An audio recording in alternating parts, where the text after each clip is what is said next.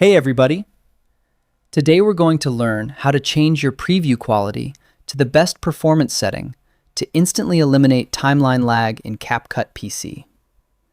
First, open your CapCut video project. Move your cursor over to the primary preview player window positioned on the right side of your editing dashboard. Look directly at the bottom right corner of that preview playback box. Click explicitly on the Playback Quality option icon.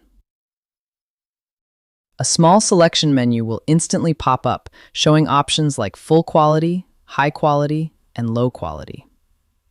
Click directly to Medium or Low Quality to lower the real-time viewport calculation demands. The playback engine will instantly drop the visual resolution on your canvas, allowing you to preview heavy effects and transitions with zero cursor lag. And that's it.